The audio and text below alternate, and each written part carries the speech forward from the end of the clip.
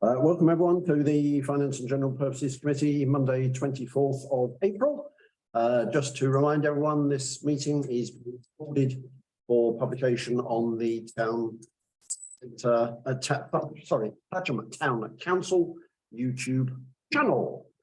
Welcome especially to those for whom tonight is going to be their last meeting of F&GP. And Mr. Chairman, so for those who know that it's going to be their last. I was about to come to that. Oh, thank you for destroying my gag.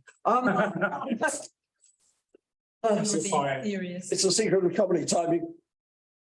Any apologies for absence? Thank you, Chairman. Apologies received from Councillor Lee Dillon and David Lister, and Councillor Simon Pike appointed a substitute for Councillor Lister. Thank you very much. Are there any declarations of interest?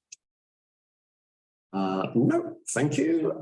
Minutes of last meeting, 23rd January and 9th of March.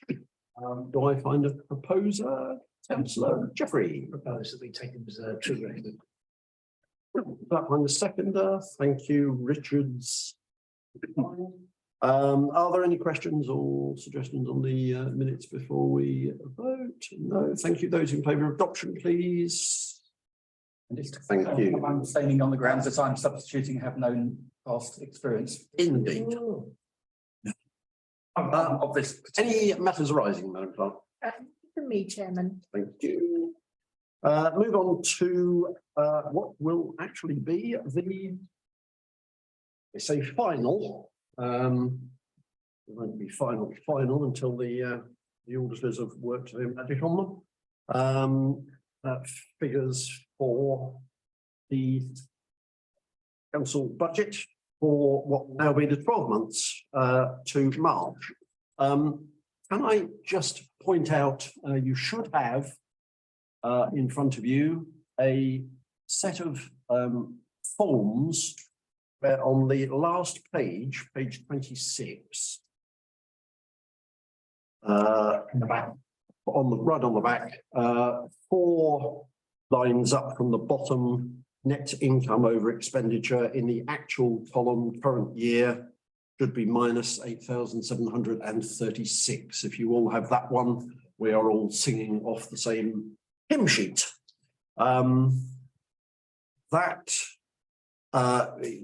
Ignore anything that goes into the projected column. The talk did tell me she deleted, so we're just causing some confusion. That figure of 8,736 is the actual deficit for the year, which, given the year we have had in terms of inflation and a massive reduction in income from the cemetery, plus £8,000 payable to West Berks for rates on the cemetery that wasn't budgeted for. Personally speaking, come out with a less than 1% overshoot shortfall is pretty darn good going. And I have to thank the clerk and indeed all the officers who have had a greater overview than they normally have on expenditure this year. To the extent, I think, if you look on the majority of lines this year, they are at or undershooting. Councillor Cotsworth. And of course, we must thank you for all your thorough work on this, and thank you very much indeed. And I agree, 1% means well within the margin of error. Very, very close. Okay, thank you. I would intend on just flitting through the budget, just in case anyone spots any glaring errors. There shouldn't be any, obviously, but we will just shoot through. If anyone has any questions, please shout as we are going through. So I'll take them page by page. I don't want to spend too much time on, because we have other matters to discuss. Page 1. Anything on there? No, page 2. Sorry, Chairman. Yes, no, carry on. That's just movement from general reserves. I'm looking at total 85,730 in brackets, actual 2,439, which sort of jumps off the page as a scratch your head in the middle column. Oh, sorry, that's page 3. Yeah. Page 3, beg your pardon, yeah. Yeah, no problem. I wanted to skip over page 2 because I'm the reason why we've got civic regulated. Yeah, that's fair. Yes, that is strange.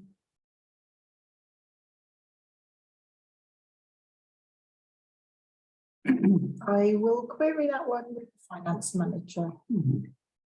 Sorry, Chairman. Yeah, no. Got a spoke in your wheel. Yeah, not a problem at all.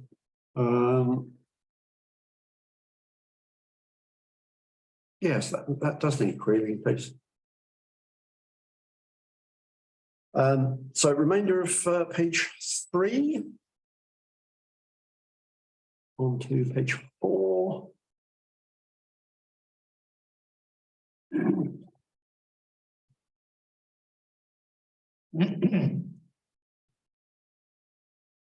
And page 5.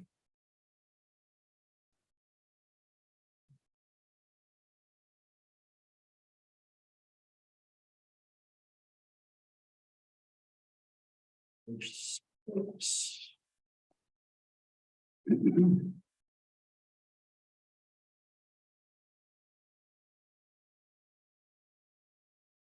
And 7.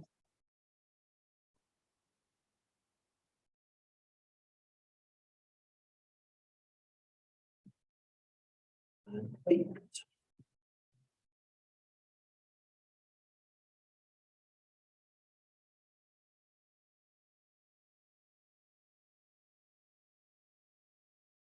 And 9.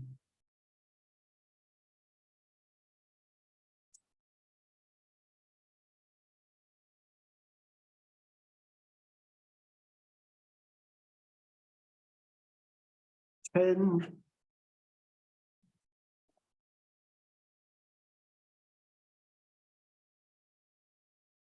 11.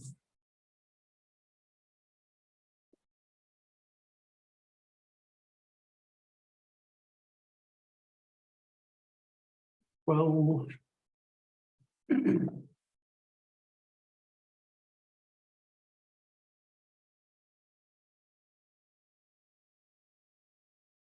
13.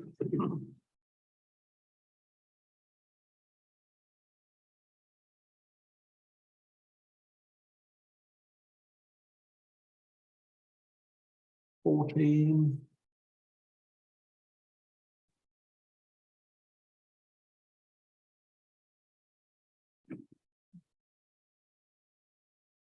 15.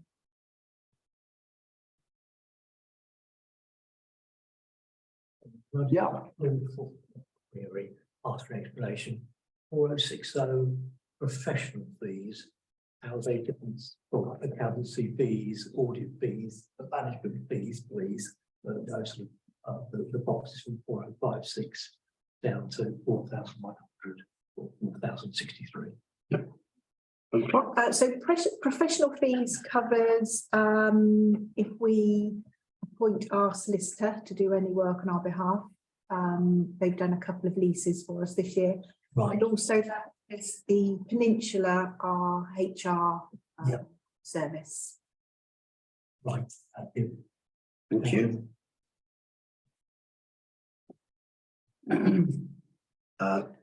Page 5. Sorry, that was page 15. Page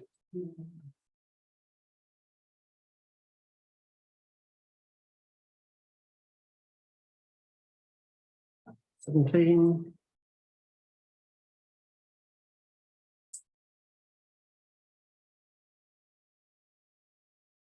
18.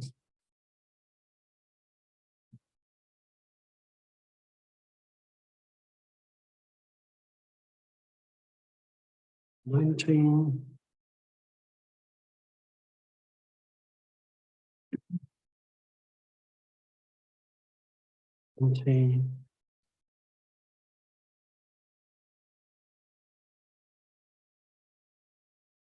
Chairman, on the Sir. 4053 on page 20, I think you're on page 20, Chair. The loan interest charge is down a fair bit, if I read that right. Rent up, but I don't think that's a direct impact. So loan interest going up, but our charges going down, is that? We're on a 25-year fixed rate. Yeah. With the Public Works Loan Board, so interest rates will not go up because we deliberately fixed it at the beginning to have absolute certainty. The reason why it's coming down is it's also a capital and interest payment. So we are paying off the capital, and therefore the amount of interest that we are paying is also reducing every year. Capital is less, and therefore the interest is less. So, sorry, Chair. The rent received at 41,705 is a net income. The loan interest charge is a net outflow. I don't see the difference here in the numbers. Would I expect one in to be brackets minus? Am I misreading it? Rent received is an income. It's a And the loan interest it is an outflow. Yeah. Of 64, so net figure is 22,183. 3. Line 4053 is. Yeah, I think given it's an outflow, it's 21 cash. Yeah, But the rent received is minus because it's different. One is in and one is out, but these numbers don't. so we got income of 42,636. Oh, yeah, okay. Outflow of Expenditure, 64,829. So I've got to look left to the Net income. figure 22,193. So So then we know I didn't get subtracting it. that's right.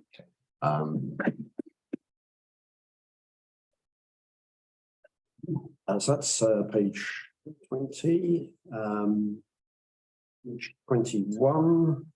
Even with the considerable reduction in the income from the cemetery, but as I always say, that's actually a good thing because it means fewer of our residents are dying.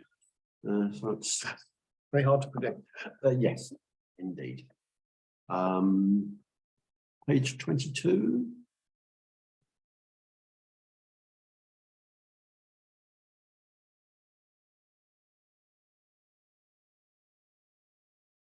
And 23. I mean, on the inspection contract 4067, is the 6,900 there a variance? It says committed. I'm not sure what the committed column means, I'll be honest.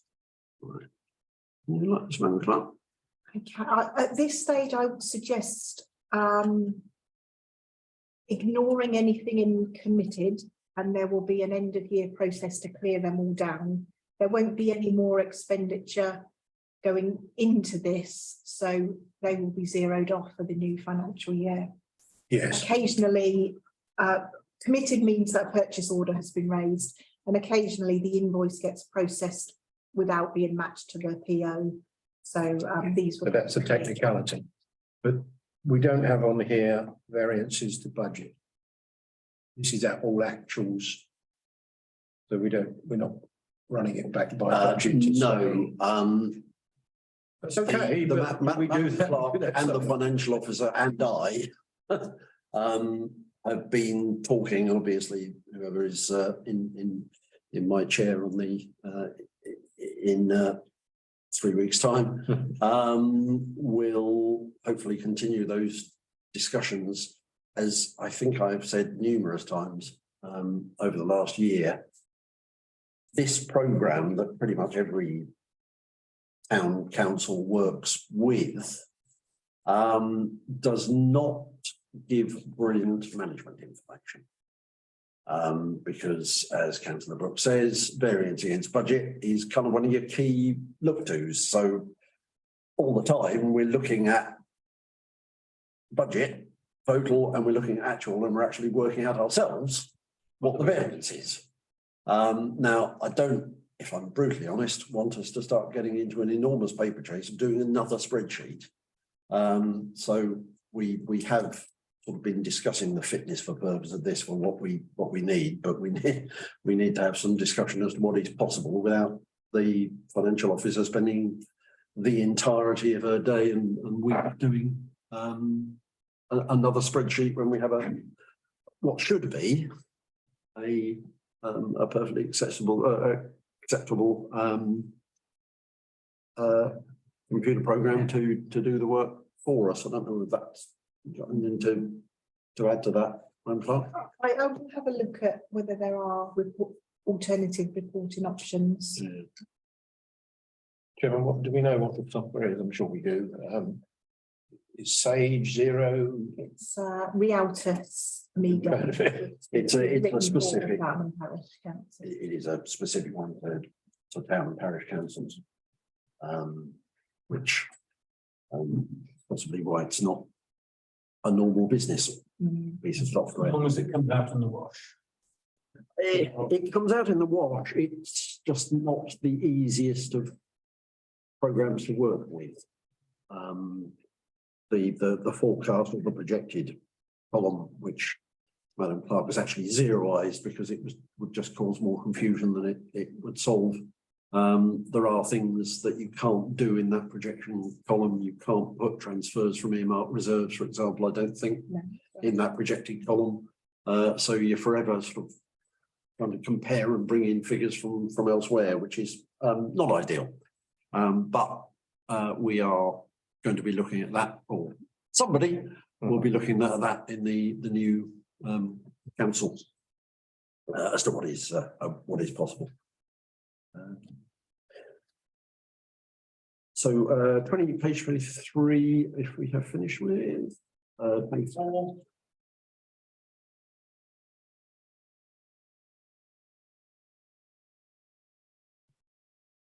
Five.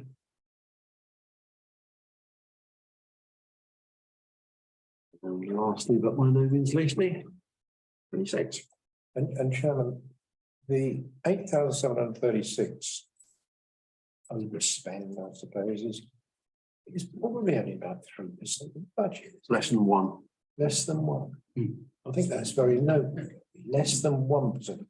Yeah, it'd be, that's not 3%. What am I talking about? The budget's about 1.2. Well, then that's, 0.75%, isn't it? I think that's low for you saying very well done. Yeah. Tolerance level. I've got the floor, sorry, I think. Can we minute that? I think that's minutable. I think I said earlier, the officers have done an exceptional job, and to be fair, we have been keeping a very close eye on this year because it is just an exceptional year. So we've obviously been making savings as and when we conceivably can. I have Richard, then Simon. Yes, thank you, Chair. Looking at page 26, the current year, actual expenditures is £1,030,000. Right? That's It's £1 million, so it's only £8,000 out of £1 million. So that's what less than. we'll take 0.87%. Have a percent. Let's not argue. No. On a slightly supercilious point, is there any element of creative accounting in all this? Ensure that the figures come out looking good? No. Not unless Madam Clerk and the financial officer have been doing things of which I am unaware. I say no. I'm the chairman and the politician. I will hand over to Madam Clerk to give the professional view. Absolutely not.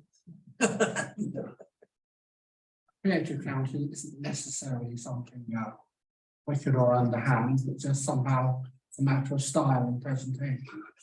And as a non-accountant, it's something that if it was happening, I'd like to have it pointed out. It is an absolutely fair question.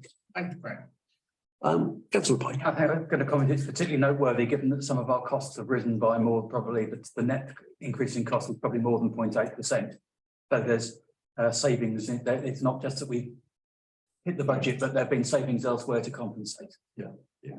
I think, Chairman, if you don't mind, I think we've done extremely well considering there was some surprises. The rates on our cemetery was a surprise. Nobody could have anticipated that. I think that's where it throws a budget out if you're unable to anticipate an expenditure. And I think we've got pretty good over the years at looking at maintenance and saying this is what we expect, or less. But when things come in that are outside of your control, which is that one did, it is, and you know, how many people dying, you've got a balance. And I think we've done a very good balancing job. Just a question. Rates or business rates are for buildings normally, aren't they? It's not a land tax. So is it business rates charged on the capital or what? We've had considerable toings and froings with ourselves and West Berks. Where did we land, Madam Clerk? Apart from we had to pay it. Yeah. It's classed as business activity, which is why there are business rates. Sorry, just further, but a farmer out in the field and burying seeds, I think is business rates on there. I mean, it just seems worth pursuing throughout the next council, maybe, because it doesn't seem fair. We did pursue it with the West Berkshire, and I think, was it Councillor Dillon who took it up on our behalf with the financial officers at West Berkshire? It's worth noting every parish has been hit this year. It's not just us. Every parish was hit by this new rate demand that we were not expecting. Okay, it's a sales tax basically then. But it was There's no other reason. intensive discussions Thank you. with West Berks, Thank you. and we got precisely nowhere. That, unless there are any other questions, thoughts or comments, concludes item 5A. We now move on to the reserves, which is the A3 spreadsheet. The one thing that is not on here yet will be the outturn, which will come off the general fund working balance, the second item down. So that 84,698 figure will come down by whatever the final figure turns out to be, and there are almost bound to be some ups and downs within those figures. So we will at least end up the year above my own personal preference, which is £50,000 within that working balance.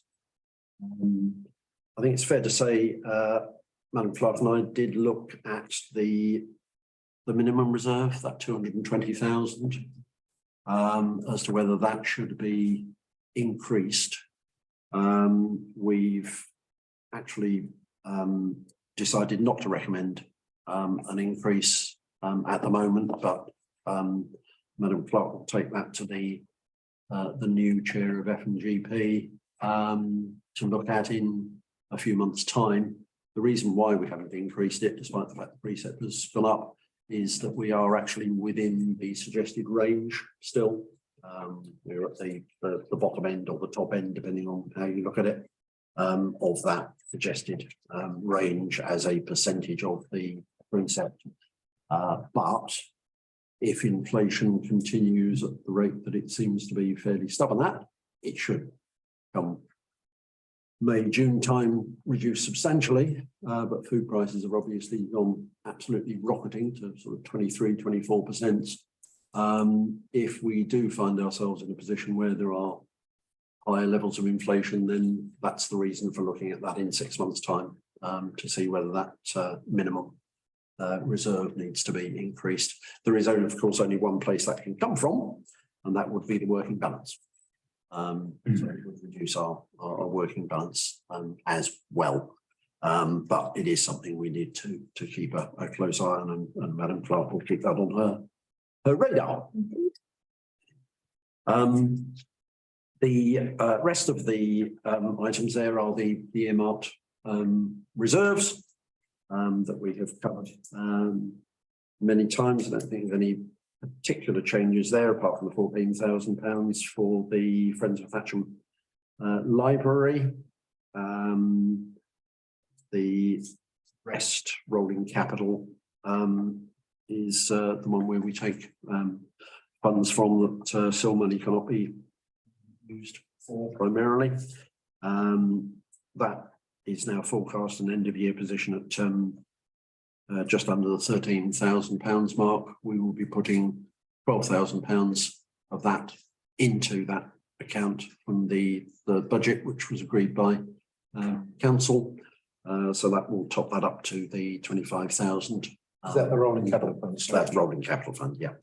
So another column here saying what we intend to bring it to, might it help?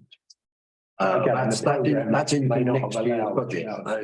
You can do these things ad nauseam, Annually. but that's next year's budget. Hence me actually saying it, so that committee is aware. Are there any? Well, clearly reserves have been under a bit of pressure, but if I look at earmark reserve SIL 2019, 2020, that's what we're supposed to do with it, isn't it? We're supposed to spend it on infrastructure and sport, and we have done so. So that's been, you know, on the face of it, it's gone down by 34,000, but the town has had the benefit of it. But yes, your plans or your successful plans to build up certain of them, rolling capital fund back to 25,000 is a reassurance, isn't it, that we are building back our sort of safety nets here and our investment pots. Yeah, I think rolling capital, I've always had a figure in my mind for rolling capital of about £25,000 per annum, which has always seemed a sensible figure for that particular item, because there are always items of expenditure that will come up. That's the nature of the beast. Any other questions on the reserves and still? Thank you. The Crestman Town Centre Committee for installation of gates at the southern end of the Broadway. Councillor Jeffrey. Mr. Chairman, if I may, as member of the Town Centre Committee, as of this moment, I'd just like to bring attention of F&GP that what the Town Centre Committee is hoping to achieve is dignity and safety. Now that we've got the new BC stones physically erected at the southern end of the Broadway, you've got the open pathway that leads on to the southern end of the roundabout of the Broadway there, not very far from the old courthouse, of which some the council will be aware. And in terms of dignity, I think I think the committee believed it would actually close it off in a nice and presentable way. In terms of safety, if you have people, perhaps more people than have been heretofore going down to that end of the Broadway to look at the stones, then you will have a preventer from somebody, particularly youngsters, looking out inadvertently onto what is a part of a roundabout with a fair amount of traffic, including obviously double-decker buses and the car delivery lines, etc. So those two words, I would say dignity and safety. I know that it's yet another bit of expense. I think it's something which will add to the, ethos of the Broadway Green. Thank you. Two things. I wonder if the chairman of the Town Centre Committee can give us more of an understanding of where the gate will go, because my understanding of this crescent is that it's completely hedge, there's a hedge right round it, so I'm struggling to see where this gate will go, but if I put my second point in as well, we've talked about it coming from the 23,000 uncommitted SIL balance, so is it allowed for in the item we've just looked at? No, because it hasn't been agreed yet. Okay, so I can't see the 23,000 on here, but that's my 23,000 is the total of lines 358, 361. Chairman, which I do need to update to 18922 now that some year-end processes have happened since the agenda was published. Okay, thank you. Yeah, the still is basically lit 358 split into the years that it was granted, because if we don't spend it, we have to give it back. Yeah, absolutely. We understood where it's coming from. They just need to know what it's all about. Yeah. So, Chairman, if I may, Yes, the sir. specific point that Blair was making, just the observation is it isn't hedged all the way around. At the southern end, there is an actual gap, whereas the tarmac path leads out onto the truly Opposite the corner. Go down, have another look. No, I've got it in my head, but hang on a minute. Forgive me. Why would you put a gate there when you step out, you're going to be run over? There's no pavement there. It's a curb. Surely just put some hedges in, which will cost less than 890 quid. And then you can't use it to go. If you hedge around there, then you wouldn't be able to go. Oh, you probably shouldn't be encouraging people. There's no pavement there. And maybe I'm misremembering, but if there's no pavement, why would you want people to step straight out onto the road? Because there's, if you think about the cross path, there's the crescent, there's the path. Well, they can exit there, which is not too far away from the end. Why would you encourage them to go beyond the stones and straight over to the courthouse, which nobody seems to want to go to anyway? Sorry, Richard. Can't rent out his old property. Can I?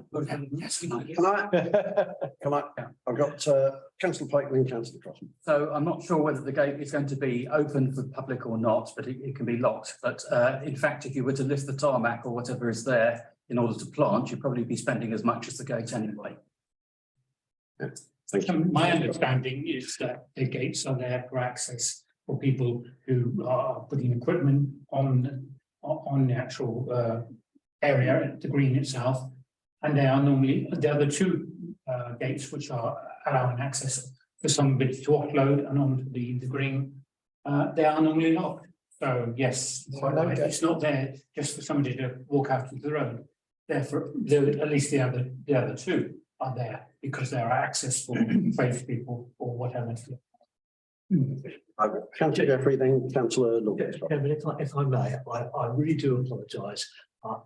It's like so many things in life, isn't it? Because it's something that you understand yourself or know about yourself, then you just assume that everybody else is on exactly the same page. We're not talking about the two existing wooden gates, which are further north along the Broadway Green, as you say, which are there so that equipment can be gone on and off the green very easily. We're talking at that very southern crescent where the new, the location of the new stones, the BC stones they are just inbound of the tarmac path that goes around in a semicircle at the very southern end of the Broadway. And at that very southernmost end, there is literally a stretch of tarmac, no hedging and no gate. And that is the bit that, from the point of view of safety, but I also do think from the point of view of dignity, that is where it would be worth having a gate there, which can be locked or unlocked as the situation may require. And I am very relieved that our clerk is hurriedly bringing up magic maps and pictures so that we can actually literally see what the bit that we're talking about on the screen. Is that making more sense to everybody now? Precisely what we're talking about. I've got councillor Nordics, Cottam, then councillor Pike, then councillor Brown. I was just going to confirm, do we not have a pole at the moment that comes down? We need access. Have I dreamt it? I think we do. So it is there for access. Councillor Pike. Thank you. So my understanding is it's the responsibility of the town centre committee to decide on what is the appropriate action, and it's the responsibility of this committee to decide whether the funding should be granted for that recommended action. Not really the remit of this committee to rediscuss the correct solution for the Broadway. Thank you. Okay. I think it's perfectly reasonable for this committee, which is a more senior committee, the town centre committee, to understand what the town centre committee wants to do, councillor Pike. And the idea of that being a drop-off point for equipment, when it's a double yellow line, it's on a very dangerous sort of area where people are flowing around. I can't see a lorry pulling up there at all to drop off equipment. I just don't think it's practical. So, I mean, obviously, town centre committee have considered it. It's not a huge sum of money. But I'm just puzzled by the access being required at all, if I'm honest, because just 30 yards that way and 30 yards that way are tarmac accesses to that area. So that is not an access point. If anything, stop it up. Don't even put a gate there, stop it up to stop people walking into a dangerous bit of road. Councillor Jeremy. I'm discussing. And then I will ask councillor Jeffrey to sum up, and then I suggest a way forward. I was going to propose that we accept the recommendation of the consent committee. Thank you. Chairman, thank you very much. I'm sorry. It's one of those things where it's a wrap across the nuts. I honestly assumed this was going to be something very, very straightforward and utterly uncontentious. I think that potentially in the ideal world, it would have been a hedge all the way around that southern end of Broadway. But 20 years ago, 30 years ago, when did we last have all this work done in the days when it was still 1998, I put the first pick in the ground, having got the money from Berkshire County Council to do it. That was the point at which it was set up in the way in which it was set up. And yes, obviously one potential solution would be to dig up that tarmac and to instate a complete hedge around there. But then in turn, you've then lost the flexibility that if you do ever want to have it open, that you can't have it open because then there's going to be a hedge there and we're going to dug up the tarmac. I think this is, if I said dignity and I said safety, perhaps I should also say this is probably practical. The redesigning a bit of the Broadway at this moment. I think that from the point of view of practicality, this is still genuinely the best option open for us at this time. And if for any reason it does need to be opened, if it's a padlocked gate, then it's very easy to open the padlock and open up the gate when it's needed. I have a proposal that the recommendation from the Town Centre Committee be approved from Councillor Cottam. I presume I'll make a huge presumption that the chairman of the Town Centre Committee might want to second that. I'd be very happy to second that. Right. So we have a proposal for adoption of the recommendation of the Town Centre Committee. Those in favour, please. And those against? One against. Thank you. That is carried. Right. I didn't think that was going to take so long. Right. Okay. We now come to item 7 on the agenda. IT upgrade. Obviously, a larger amount than was originally budgeted. Madam Clerk, could you introduce this item and probably give us some background and benefits and etc., please? Okay, thank you, Chairman. So our server that is stationed here We've been advised by ION, our IT contractor, that from the 12th of October this year, it will no longer receive updates. So there is a risk that comes with that, and they have recommended that we look at our options, and there are 3 options that are provided in the report. As part of our your councillor email addresses and our sort of Word and Excel that we use, they are on Office 365 licenses, and with that we have access to cloud storage, which is where a lot of companies are tending to move these days to cloud storage. So the option that ION are recommending is that we do move over to cloud storage and utilise our Microsoft licenses more so than we currently do. So if I go through the options, for the very minimum that we need to do is to replace the server. And that would be a capital cost of 9,157 and an increased revenue of 3,634. But that will only be a short-term solution. To stand still, we would need to replace the server, and we also need some equipment refreshed. So to stand still, the capital expenditure would be 14,000 and additional revenue of 4,241. But to future-proof, which will be moving everything onto cloud storage, providing laptops rather than desktops, so that will support home, because not all officers have the ability to work from home. They don't have a PC or something at home that they can use. And also upgrading the memory on 5 PCs that we have here. So some PCs will need to be replaced. They will be replaced by laptops. Others that we will be retaining will just have a memory upgrade to facilitate the increased cloud package that we'll be using. So the capital cost for that is 9,310 and an increased revenue of 1,382.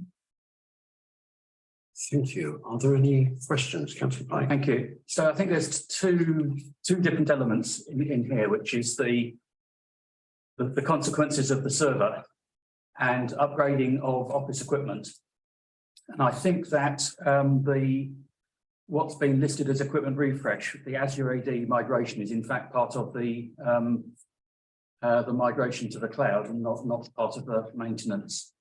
But I'm a bit unclear about the revenue, particularly why we're paying extra 3,000 on the new server. And I was also, when we were going through the budget for next year, I noted that the budget for the software for next year has already gone up from I've lost it now. But it was going up to the computer software was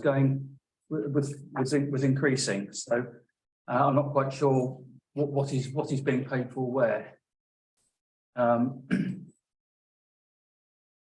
New assessment plan?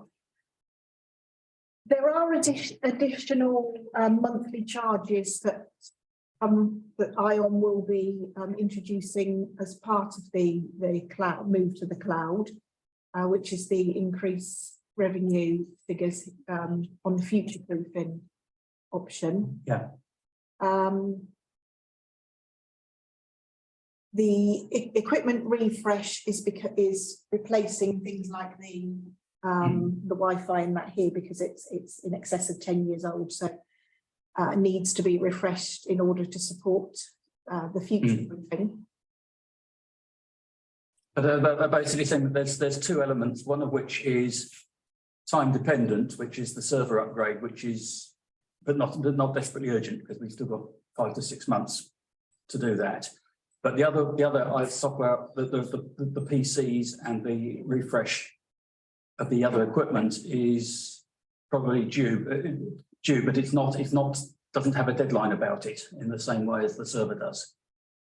And I think actually, as I say, the Azure AD migration, which is lumped in as part of the equipment refresh, I think is part of the move to the cloud, in fact, when I looked up what it was. So Okay, thank you. Councillor Brooks? Chairman, we talked earlier about the budget outturn and we talked about surprises and unexpected. It's only 10 weeks, I think, since we set the budget. And I wonder how predictable this was. Because, I mean, it's quite another chunk of your reserve, you know, your rolling capital fund already. And also, members will know I am not a fan of working. And there are some good reasons why certain officers, staff can work from home, but I don't think every member of staff needs the capability to work from home. We are a town and people tend to live in the town and be able to walk or commute to this office. I don't see the benefit of working from home for many of the staff. That's a separate matter, but one that councillors should have a view on. And I'm minded to propose we defer this. And the reason I propose to suggest that is we probably need to look at 3 years ahead on our IT programme and have ION guide us to say this is what you're going to have to spend over 3 years, and we'll have a good ability to then key it into our budgets over 3 years and not have surprises. So that's my general, I say discomfort. I just think that would be a better way ahead to come back with a more full programme, and for councillors to consider the working from home issue with the clerk, obviously, as the operational head. So a few things that would suggest we hold it over, sir. Thank you. Madam Clerk. Thank you, Chairman. I would just like to respond about the working from home. It wasn't with any intention for officers, for all officers to do it regularly, but we had an incident just a month ago where we had to shut the office because we had no water supply.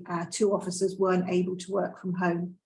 And also some have caring responsibilities. So occasionally, if they had the opportunity to be able to work from home to support a caring commitment. If we've got to replace the PC anyway, it's advisable to replace it with a laptop, so the ability is there should it be needed. Wouldn't be on a regular basis for all officers. Thank you. Councillor Rossiter. Thank you. I may say, this is an area that was my professional area before I retired. Migrating departments from old IT, if you like, to new IT was what I did as project manager with the Ministry of Justice, the Department for Communities and Local Government, the Crown Prosecution Service, various big government departments. So I know a little bit about it, but my knowledge is quite out of date. Can I ask how old the PCs are? That's my first question. You know.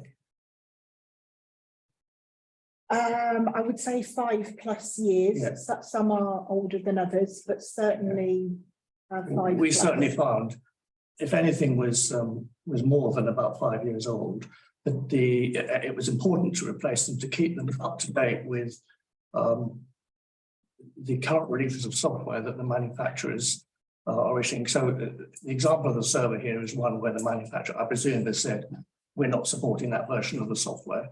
But the server is too old to put the current software on. So as a general rule, it always got more difficult to become current the older the equipment was. So I completely agree that there should be a forward plan. I think that is something that there should be, that the IT supplier should be able to project forward to when things would need replacing, and I think that should be put in place. But I would counsel against letting it run too long without doing it. The other question I have is, we found that by and large, people were moving from desktops to laptops. Part partly for the ability to work at home and be more flexible, but partly I think too, because the differential in cost was reducing, so that actually laptops were not costing a lot more than a desktop computer, whereas 10 or 15 years ago they were. So if there's not much differential, a laptop's infinitely more flexible and tends to be what people prefer anyway. So I would certainly recommend going to laptops if the differential is not large. So that's my general sort of view on it, that there should be a plan. Don't let things get too old, and do move to laptops. Thank you. So, Developing my previous point, that we have this one which is time critical, which is, or time not, it's not critical in the sense of being desperately urgent, but it does have a fixed cut-off date that we need to be mindful of in October. And there may be more work to do because there's the migration of the data off that onto the cloud, which I think is what the Azure AD is for. Because I guess it's also is it hosting our website? No. It's presumably hosting saving of files like photographs and stuff as well as emails. Yes, Yeah. databases. and Yeah. things. So that'll take time to do, and it needs to be done because certainly it needs to be completed well in advance of October. The laptops is a bit more. It's probably something we ought to be doing, but it's not critical. It doesn't have a fixed cut-off date in the same sense. So the question I have to the clerk, if you don't mind, is when would the next meeting of F&GP be after the election? Because that's quite important on decision on the server. End of July. Right. So can my preference would be to agree at this point the work needed on the server, including any migration, the cost of the basically it's the cost of the migration work and any software that's needed, any extra cloud facilities that are needed. But the PCs, I think, are a separate issue that can be deferred to the next meeting and the new council. But I'm a bit reluctant about waiting till July to agree something which has a cut-off date which requires work to be done as well as equipment to be purchased. And for October, it's waiting till July. thank you. I'll bring in the clerk and then Councillor. Thank you. Just to say that some of the PCs aren't capable of upgrading to facilitate the cloud. So at least some of them need to be replaced anyway, and the others would just need a memory upgrade. That surprises me, but generally speaking, cloud facilities require less processing power in a PC than freestanding ones, but also that the preparatory work, you can buy a PC, you can get it delivered in very quickly, whereas the other work might take longer. Okay, thank you. Councillor. Yeah, I mean, even as a small business, I've seen the advantages of having a cloud-based system. And the future-proofing, it is part of this council's maybe policy of a disaster recovery plan. For example, this was flooded before we get the reservoir. So I would say that, in the circumstances that this building, for whatever reason, is not usable, then it would help greatly to actually have this system remote and actually catch up with it. I'm finding that basically, personal opinion, of course, but that's what we're here for, is that, having renewable license and having it on the cloud system, which is just lots of mainframes all over the place, going back 40 years, but never mind. I'd like the sound of that, but I do think, yes, I understand there is an urgency.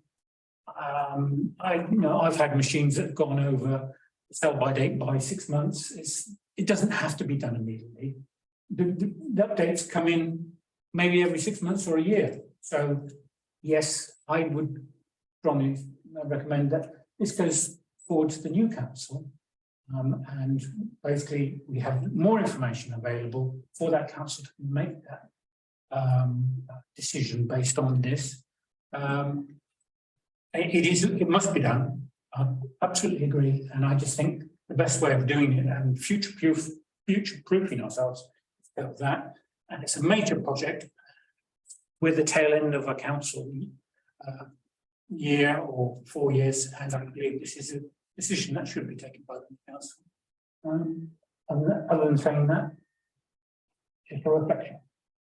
Thank you. It was certainly the rolling capital fund, as we said, will have a balance of just under 25,000 on it. Obviously, depending on the option taken, but more than a third of it going on a couple of options and more than a half of it going on another option. So, yeah, that may well be a reason to ask where the priorities are for the new council. However, I have Councillor Brooks and then I have Councillor Jeffrey. Yes, I'm glad of Councillor Jeremy Cotham's support. I don't think it puts a huge risk on the council if this isn't changed by the end of the year, for 3 months beyond October. I think July would be adequate to make a decision. And within the context of a plan, I'm very comfortable that we buy laptops instead in the future when we replace PCs. I think also we should have a mode of operation, and I have in my own businesses, that after 3 years, you've written down on your kit and you have a presumption that you will change that kit at that time. But there's a program, there's a plan, there's a predictable pattern to your expenditure on your IT infrastructure. I wonder if it's leasable rather than a capital expenditure. Might be more expensive, but wouldn't hit the reserves so much, although it would be a liability on the balance sheet. But I do think we should have something. This has come quite, not to say out of the blue, but come quickly to us in this meeting. I only got the papers a few days ago. Others may have known about this for a longer period. I strongly recommend we defer to look at these other considerations. And again, yes, there will be a new council to look at this, but with a proper IT plan that goes beyond just this one bit of expenditure. Chair, that's my proposal. Thank you, Councillor. I'll take Councillor Jeffrey and then I'll Just going to second that. thank you. I'll take Councillor Jeffrey before I. Mr. Chairman, I'm sitting here and I think that many people in this chamber as well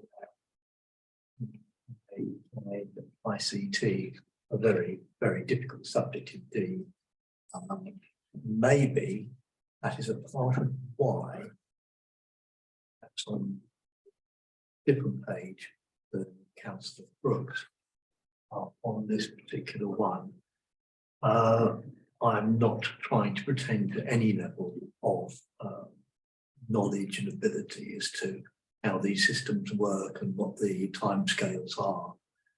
But it makes me feel a tad uncomfortable to think that we wouldn't be making a decision until July on something that, although I'm sure it probably will work for many months beyond, 6 months beyond October, if something does go after October and you need work done by the supplier, it isn't going to happen because they're no longer supporting it. So I don't know what the general view about this table will be when it comes to the vote.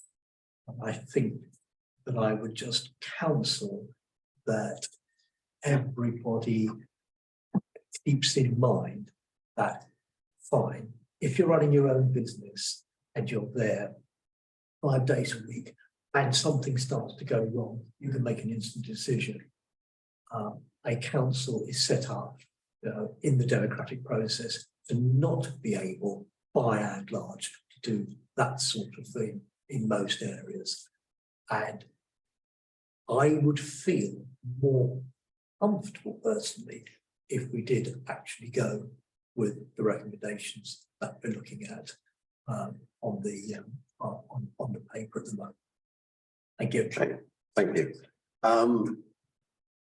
Could I add perhaps something to the proposal before I put that to the vote, if Councillor Brooks will accept it. And that is that we ask for an emergency meeting of F&GP, because we have emergency meetings as soon as it's practical after the election, if that is the will of the committee, of course, to actually examine this particular point in the light of, as Councillor Brooks says, an overall IT plan. Councillor Pike. Final observation is that my understanding of what's described here, we have a 10-year-old server, which is a critical part of our ability to function. So not only will it go out, it seems to be upgraded in October. If it failed before then there would be no IT in the council.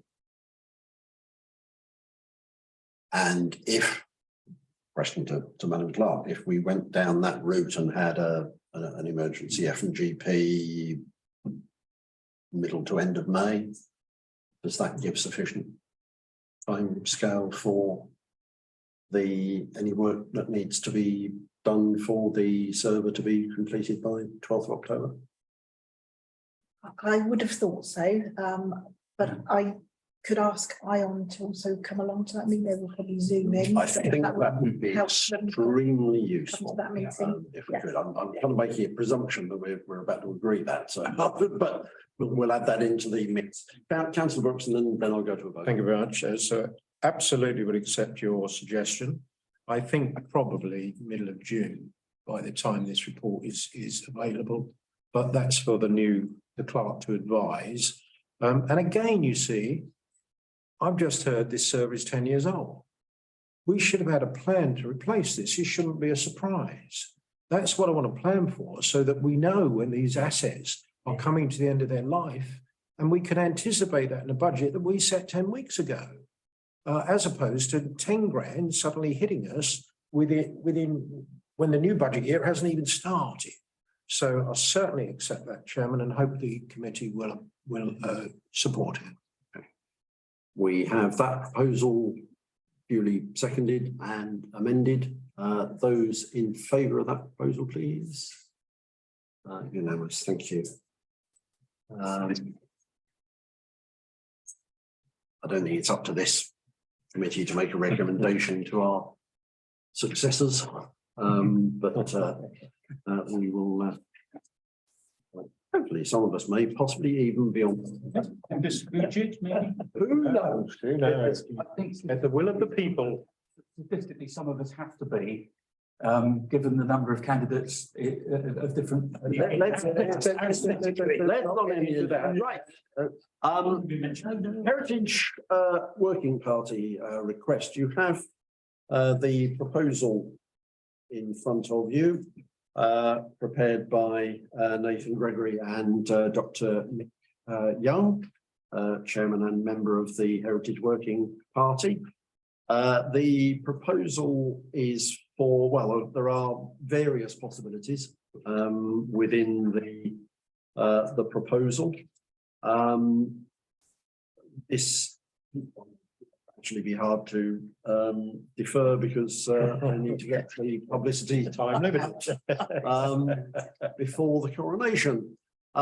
So the proposal that has been formulated and agreed with both Dr. Young and Nathan Gregory is a request which I would propose for the Heritage Working Party proposal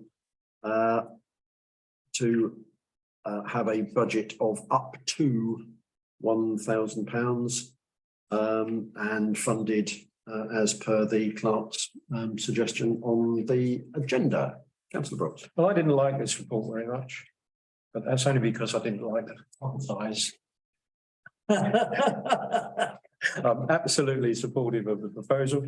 I hope the new mayor, whoever he or she may be, we'll promote it, and that'll be a nice, I like these sort of things, as you know, for the town.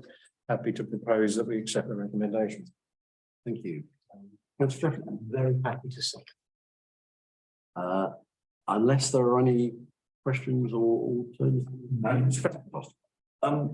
Thank you, Chair. I mean, I have to confess I've read this, but only briefly. It did seem to me to be a question of whether we're aiming at a capsule that's will last 30 years or will last 100 years. I don't know if that's right. It seemed to me that 30 years is really rather short. It's only a generation. I mean, you don't need a time capsule. You can ask your parents. 100 years to me seems much more appropriate or more. I just think that if we're going to do it, we should certainly be preparing for 100 years. I didn't quite understand the business about updating what's in there. There seemed to be some technology where you could actually update it even though it's in the ground. Is that right? I think there is a question about digitizing the information that goes in there, so that it will be separate from. There was also considerable discussion at the Heritage Working Party as to whether it should be shorter or longer, whether it should be opened after 30 years or 25 years, and then a refresh at the 25 years of the coronation, for example, if our king lasts that long, which I pray he will. So yeah, I think what I'm really saying is the Heritage Working Party are fizzing with ideas and well on it, and I think as has been said previously by Councillor Pike on another matter, I think given the historical brain power that there is on the Heritage Working Party, no doubt will take the Fosters' views into account, but I think we leave to them to come up with the best alternative. Do you have a dissenting view, Councillor? Just agree. Observation. Perhaps we should put the server in the time capsule, because in 30 years' time, people won't have the vaguest idea what it is. Well, that could quite well be. Right, we have a proposal duly seconded. Those in favour of the proposal, please. Unanimous. Thank you very much. The risk management strategy and risk register annual update. Well, guide us through this one, please. Yes, there is a requirement on the town council to review its risk management strategy and its risk register annually, and what this is to committee for. There, as with everything in life, very little is completely risk-free, but thankfully there are no high risks being identified. They are either in the low and medium categories. There are some actions that are included, for example, the preparation of a community emergency plan, a town council emergency plan, and a town council business continuity plan, succession planning, all of which are outcomes from the risks that have been identified as medium. There's nothing within the register for council to be alarmed about. It is a good assessment of the risks that the council is exposed to. Thank you very much. Any questions to Clark? Councillor Cotton. Yes, I think well done. It's looking very good. I would just say, just as an addition, if there are figures that are commercially sensitive, then some parts of this may need to be in part two. Council. What I'd like to just point out is, well, as we said on the computer program just before, our business continuity plan, what would happen to the offices if it was damaged or destroyed in some way. I think goes to proof point. Otherwise, yeah, great job. Thank you. Perhaps Mr. Chairman, through you to the bar, what's the authority for saying we must have a risk management strategy? Is it act of parliament regulation?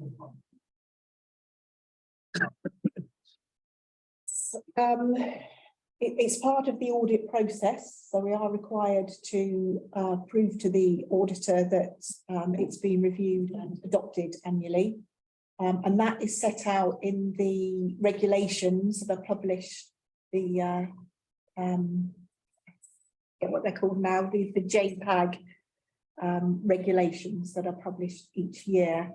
So I don't think it's in legislation, but it's in all the guidance for good practice. The guidance comes from where? The Department for Local Government or something? It's like the joint practice. I'd have to look it up. I can't recall what they're called. JPAG is their some sort of higher authority. yes. And I think just sensible common sense and prudence to take your own risk. You know, every organisation has a risk register and a risk analysis. It's just good practice to do so. I don't know what the acronym actually stands for, but I think it's a joint committee of NALC and the professional body for town clerk. Correct. Are there any other comments, thoughts, questions? Councillor Foster. One question, if I may. RR05 is about loss of money through fraud banking system. It seems to me that one of the biggest organisation another collapse in the banking system like 2008. I still don't think that's off the cards at all. And I wonder if, I mean, I see you've got, you know, use of only recognised banks and listed for banks here. A way of mitigating that, but I wonder if more thought would be given to what would happen if there was a banking collapse. Should we be having reserves with in government stock, for instance, rather than banks, or there's another way of mitigating that? I don't know what councillors feel about a banking collapse. I mean, you're much. I think anyone who's proven would always look at if there is an entirety of the collapse of the banking system in this country, there will be anarchy. And the fact that we've got a risk register is going to be immaterial. If there is a failure of a particular bank, we do through the investment strategy, which is actually the next item, but I'm actually going to suggest we defer. We do have our deposits already spread. We have the main bank, which is NatWest. We have the public sector deposit fund, CCLA, who take the sort of data, month by month surpluses, should I say. And then we have the amount of the minimum reserve, 220,000, actually plus accrued interest and some additions, which is split between 4 other organisations. So the whole thing was set up really to say, well, if that bank totally fails, how much have we lost? Well, we would lose a significant amount because £50,000 is a significant amount. And it can be more than that with the public sector deposit fund. But again, if the public sector deposit fund went down, something like 40% of the councils in this country would also have issues. The one thing you don't want to do, in my humble estimation, is start going down the chasing the highest interest rate, because interest rate equals risk, or high interest rate equals risk. So yes, totally take the point.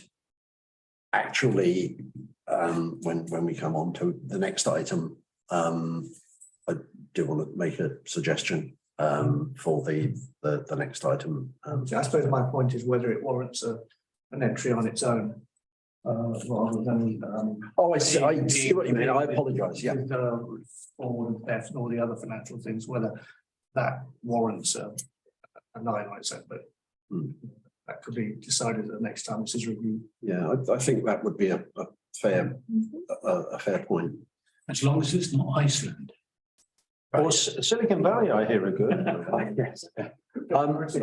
Sorry, Because if nothing else, it would provide reassurance to people looking at our risk management that it was something we, as you described, it's being specifically considered, and it's therefore worth recording that it has been. Yeah, thank you. Are there any other comments on the risk management strategy? I would propose from the chair that this be recommended to full council when it next meets on the 15th of May. If that finds a seconder, Councillor Brooks, thank you. Those in favour? Unanimous, thank you.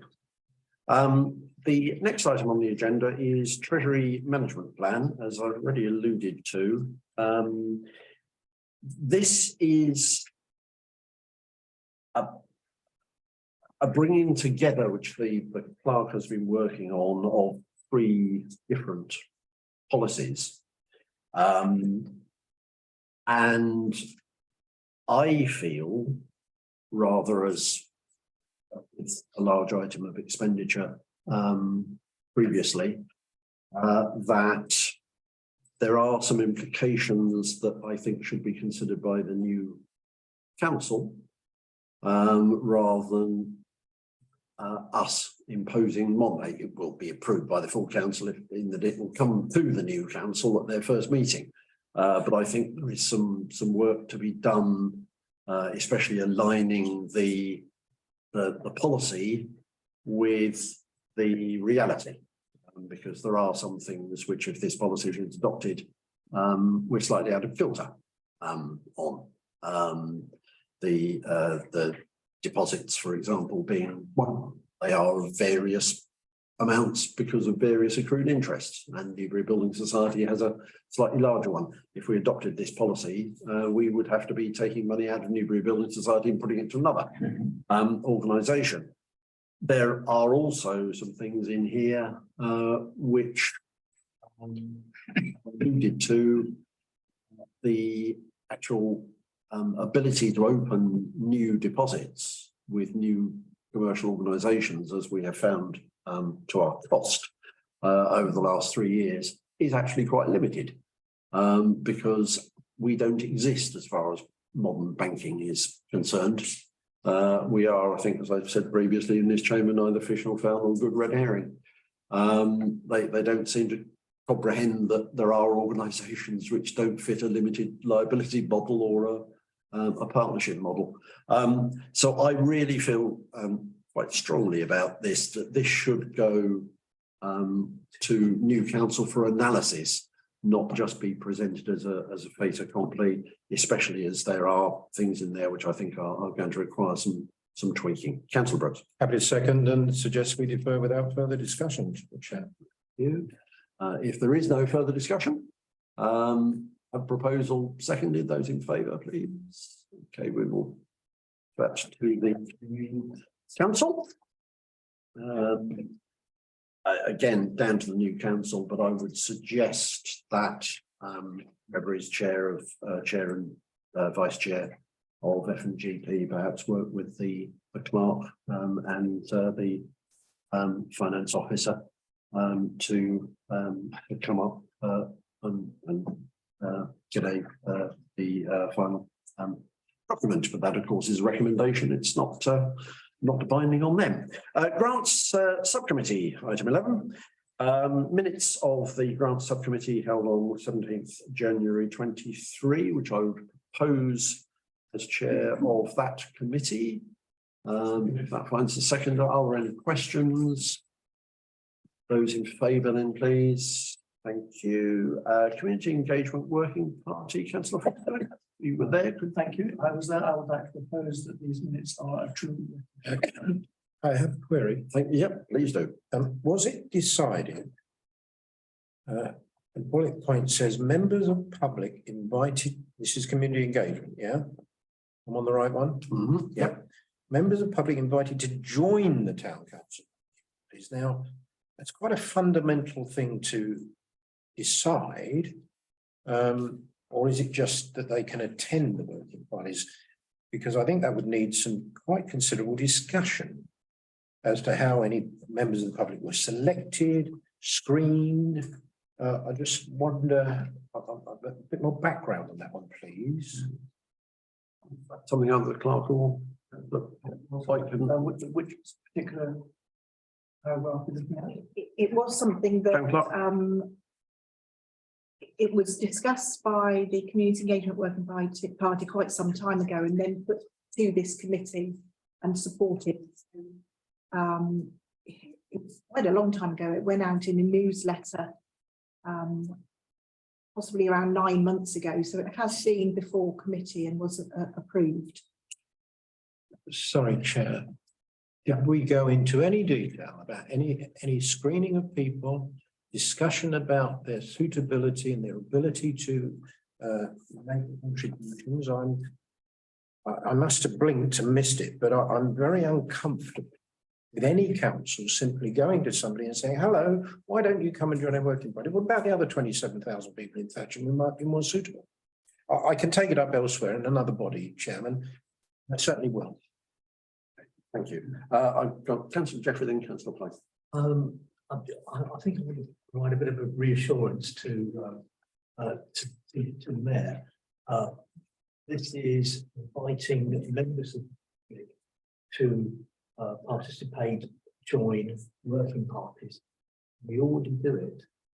If you think about the working parties that we've got, you'll find there are The Heritage Working Party, you're about to mention. perfect example. And this is not that a member of the public will have the right to waltz in and say, I'm a member of the public and I've decided to join the such and such working party. Yeah. Yes, it would be by But I think in governance terms, we need to, I mean, you know, the Heritage Working Party got Dr. Nick Young on. Who wouldn't have Dr. Nick Young on our Heritage Working Party? But I think there needs a process, a protocol in agreeing that that person is suitable for working party. And as I say, I'll take it up elsewhere. I think that is a sensible suggestion. I can remember I was on Thatcham in Bloom subcommittee and Christmas Lights subcommittee 30 odd years ago, way before I became a councillor.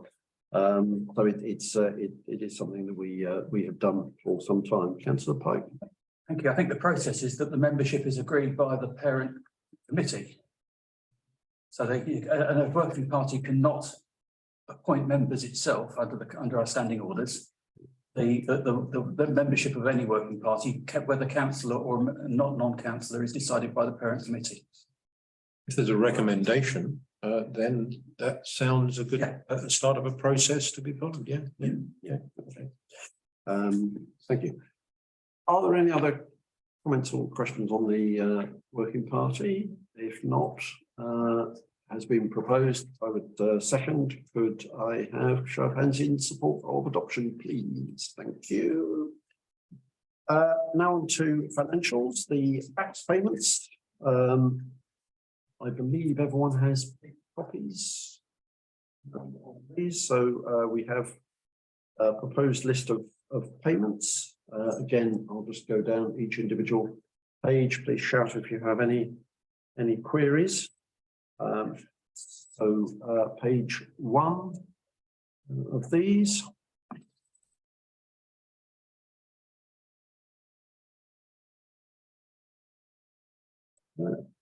Page 2 to cover Councillor Jeffrey's embarrassment.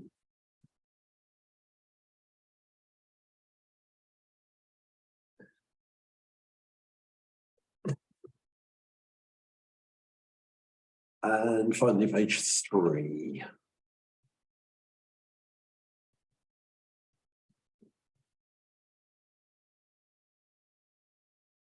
Could I then propose that these be received and approved, if that finds a seconder? Thank you. The Councillor Brooks, those in favour? Thank you. We now move on to the second item, which is on a page which isn't headed, but there's a total of. Chairman, that's part of the back. That's part of the backs. I do apologise. It's different because of the year-end process. Right. Thank you. Do apologise, it's actually headed 13.2. So this is the list of payments made from the impressed account for the debit card and also the clerk's account. So we'll take the list of payments from the current account first, 13.2.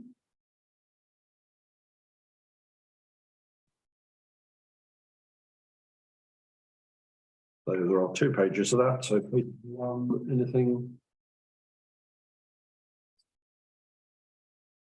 2.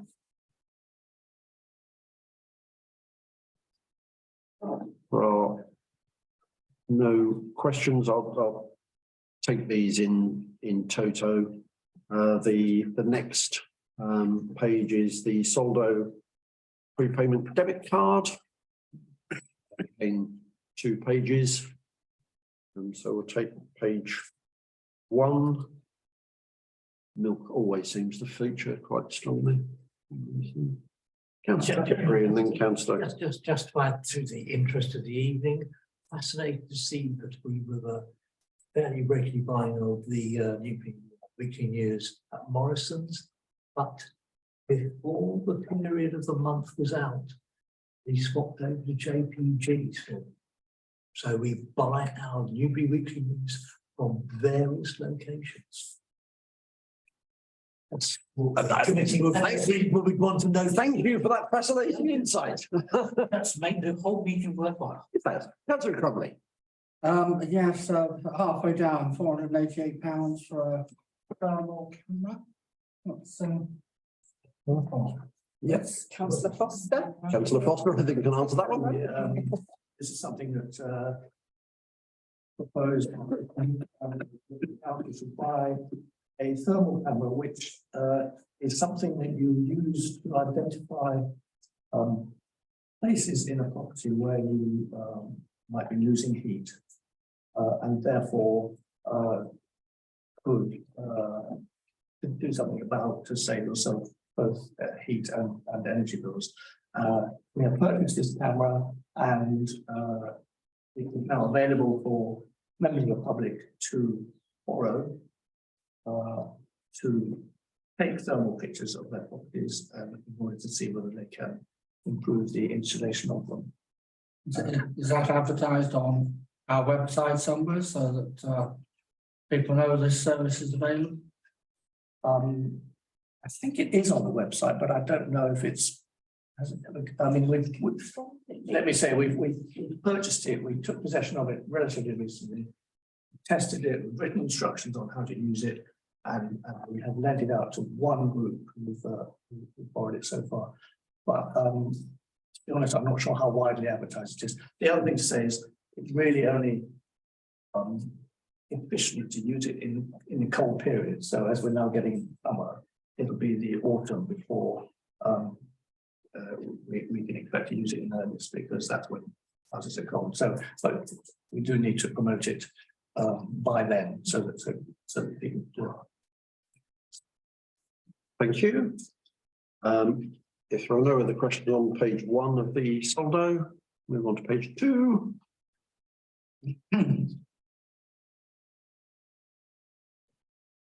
there are no questions on there, we'll move on to the clerk's impressed account. In just the 1 page of this one this time.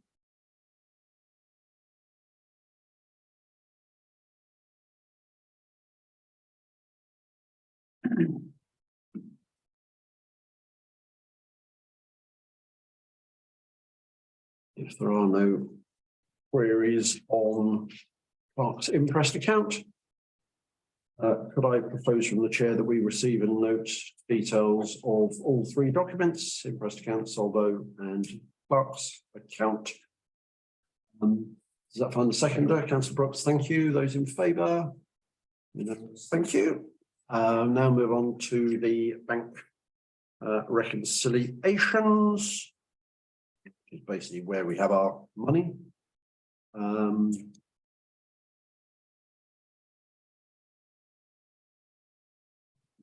other cash and bank balances is the part that's split between the various other financial institutions.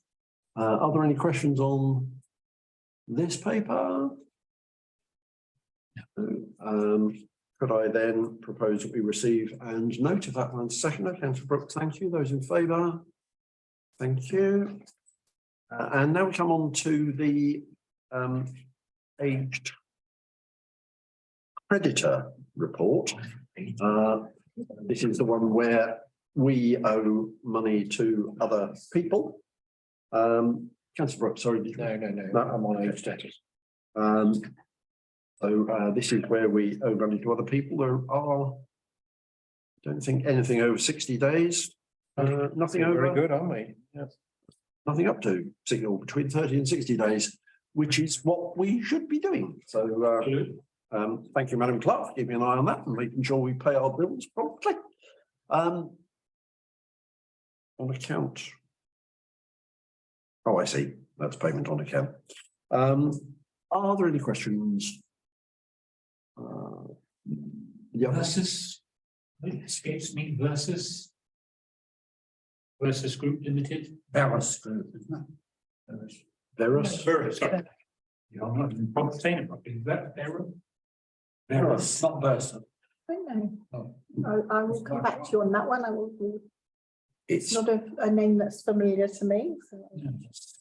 it's probably a name that we have in our books under a different name. Yes, But yeah, could be a group company. Madam Clerk will, Something, yeah. Madam Clerk will bring clarification to Thank you. the new committee, and or if there's anything that needs to be brought to our attention, no doubt, by email. We have reviewed, I don't think we need to adopt, we have reviewed, and aged debtor report. Does this now need to go into part two, Madam Clerk? Not necessarily. We're not publishing the information, but it can be discussed without identifying anybody if there are any questions. We will see how far we get. If there are any instances where we do look to identify anyone, then please, we will stop recording and go into part two. Councillor Brooks. It looks very tidy, but very carefully, I'm going to ask if there's anything to be said anonymously on C071, line C071. Yes, Chairman, I have a response to that.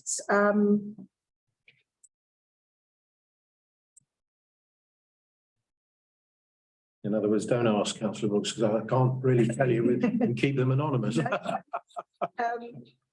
There is a credit on their account, so under the final column. So although they do owe that money, the payment on account is greater, but it is something that we are chasing up with them. Thank you. Thank you, Councillor. Chairman, same question, H for hotel 173. Make sure I've given you the right, yes. That I think just seems to be a payment on It's a account. payment on account. So it's a payment we have made, so effectively it owes it back, but we paid it. Thank you.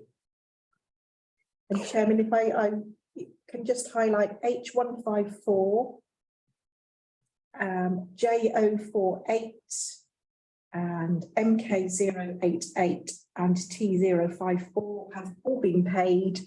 It's not showing on here because of we haven't done the year-end process yet. They were paid in April. Thank you. If there are no other questions on the outstanding debtor report, then we have reviewed. Nicely done. We will move on to final item. Reports from Town Council. Appointees, Green and Commons Commission. I have nothing to report on that. A recent meeting was postponed until 2nd of May, I think. No update on them. Thank you. Moving on to Home Start. Yeah, please. Home starts are, in my view, extremely well managed.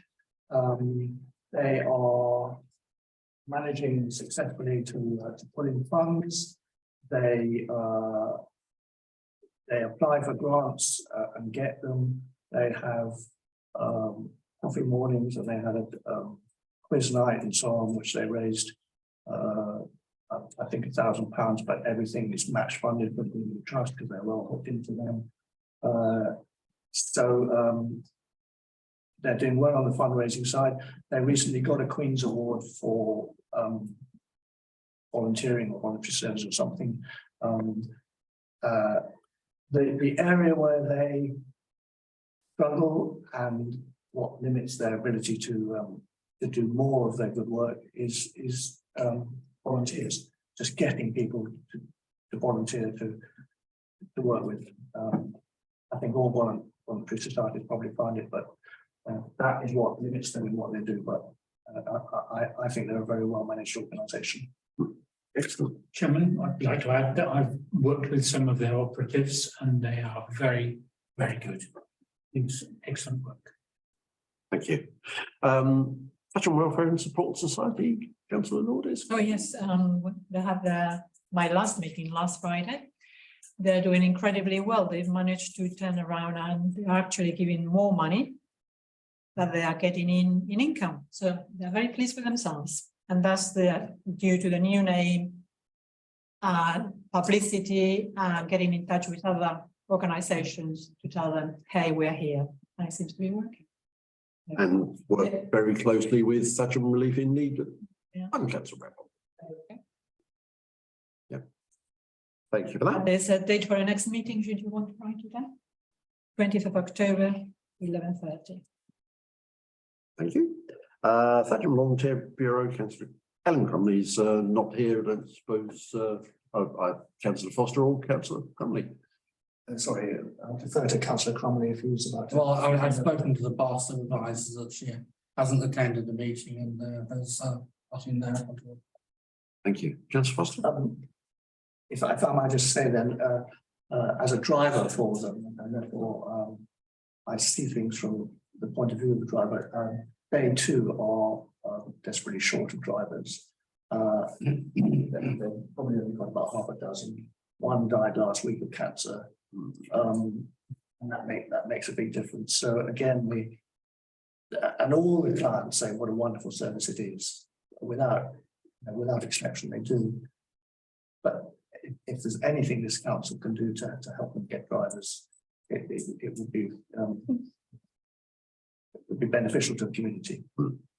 Thank you. Yeah, I think volunteers and people who are able to give time to volunteer is a premium at the moment across many organisations.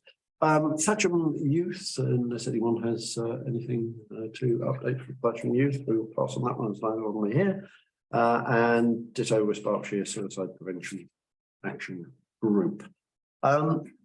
Remains only for me to thank you for contributions tonight and indeed contributions over the year, and to say thank you and good night. Indeed.